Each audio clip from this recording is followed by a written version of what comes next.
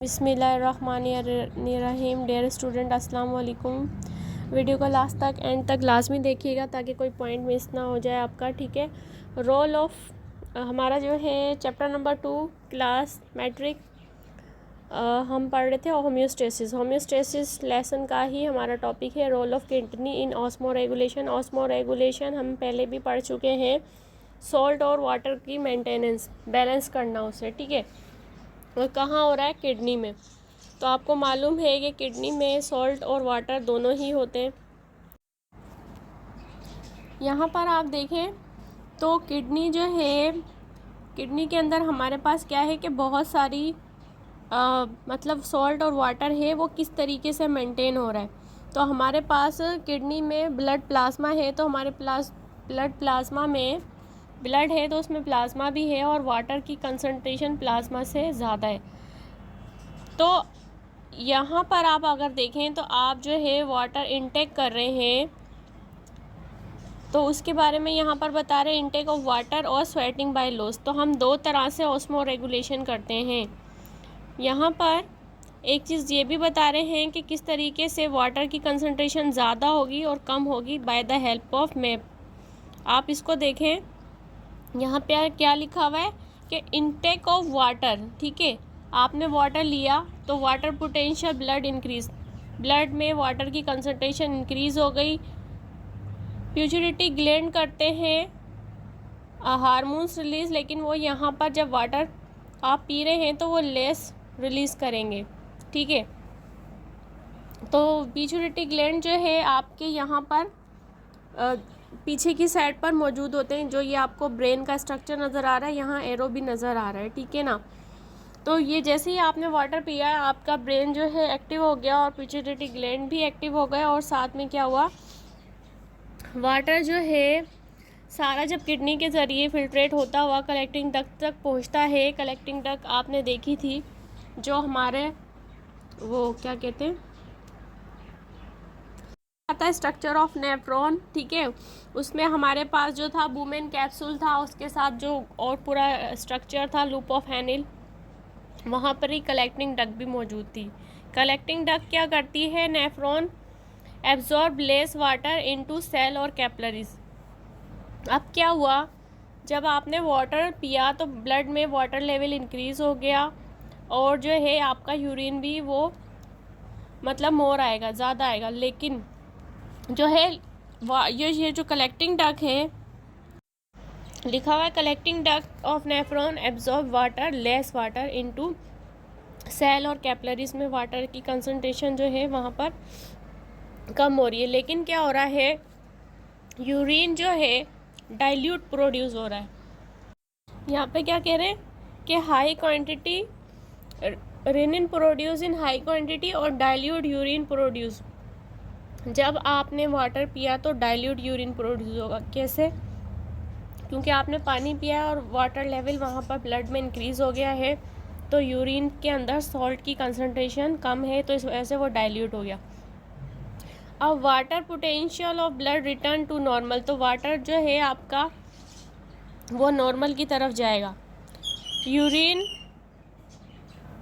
Produce in small quantity. ठीक है।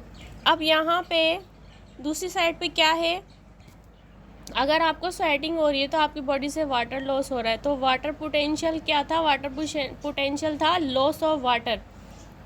ठीक है, बॉडी से जो वाटर लॉस हो रहा है उसके बारे में बता रहे हैं। ब्लड डिक्रीज, अब ब्लड के अंदर स्वेटिंग की वजह पे क्या कह रहे हैं, sweating loss of water, water का लॉस होगा आपकी स्वेटिंग की वजह से। तो क्या होगा, जाहिर सी बात है ब्लड में वाटर लेवल आपका कम हो जाएगा। तो एडीएच हार्मोन्स जो होंगे वो रिलीज़ होंगे पिट्यूटरी ग्लैंड से। पिट्यूटरी ग्लैंड जो है आपकी पीछे वर्टिब्रल कॉलम के साथ, उससे ऊपर जो आपका ब्रेन का पार्ट है यहाँ पर मौजूद होता है। ठीक है। तो क्या हुआ, collecting duct of nephron absorb water into cell और कैपिलरीज। तो यहाँ पर हमारे पास कलेक्टिंग डक्ट जो है वो वाटर को रीअब्जॉर्ब करती है। क्यों करती है? क्योंकि कुछ हमारे पास वाटर के अंदर और मज़ीद जो है मिनरल्स जो रह जाते हैं उसे वापस रीअब्जॉर्ब करती है। तो यहाँ पर हमारे पास क्या बोल रहे थे कि डाइल्यूट यूरिन प्रोड्यूस हो रहा था, ठीक है। और जो है कंसनट्रेटेड यूरिन कहाँ प्रोड्यूस होगा, जहाँ पर वाटर ज़्यादा लॉस हो जाएगा, ठीक है, ये चीज़। और एक और मैं थोड़ा सा फ्लो चार्ट और भी बता देती हूँ। आप यहाँ पर एक देखें तो आपको मैं पहले ही बता चुकी हूँ, ऑस्मो रेगुलेशन में हम क्या पढ़ रहे हैं, वाटर, सॉल्ट और ब्लड की पीएच वगैरह मेंटेन करना। Control of water level, water level को किस तरीके से कंट्रोल किया जाएगा। अगर आप ब्लड में वाटर ज़्यादा है तो क्या होगा, लेस वाटर की रीअब्जॉर्प्शन क्या होगी, वो लेस होगी, कम होगी। कैसे कम होगी, कलेक्टिंग डक्ट की बात हो रही है वहाँ पर ही। ये यहाँ पर आप देखें, ये हमारे पास जो है पूरा नेफ्रॉन का स्ट्रक्चर दिखा रहे हैं, ठीक है। ये देखें, ये हमारा जो है ग्लोमेरुलस है और उसके ऊपर एक लेयर है, बॉल लाइक स्ट्रक्चर है। उसके अंदर जो था वुमेन कैप्सूल के अंदर जो था ग्लोमेरुलस का स्ट्रक्चर नज़र आ रहा है आपको, ये रहा ग्लोमेरुलस का स्ट्रक्चर, ये देखें। और ये यहाँ पर इसकी हमारे पास कप लाइक कैविटी, जो उसकी दो लेयर थी, स्पेस आ रहा था बीच में, ठीक है।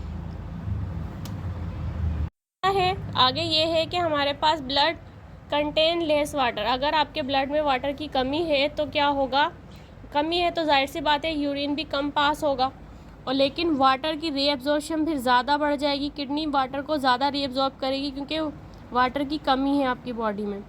और ADH हार्मोन्स जो है सिक्रेटेड होते हैं पोस्टीरियर ग्लैंड से, posterior lube of pituitary gland, ठीक है।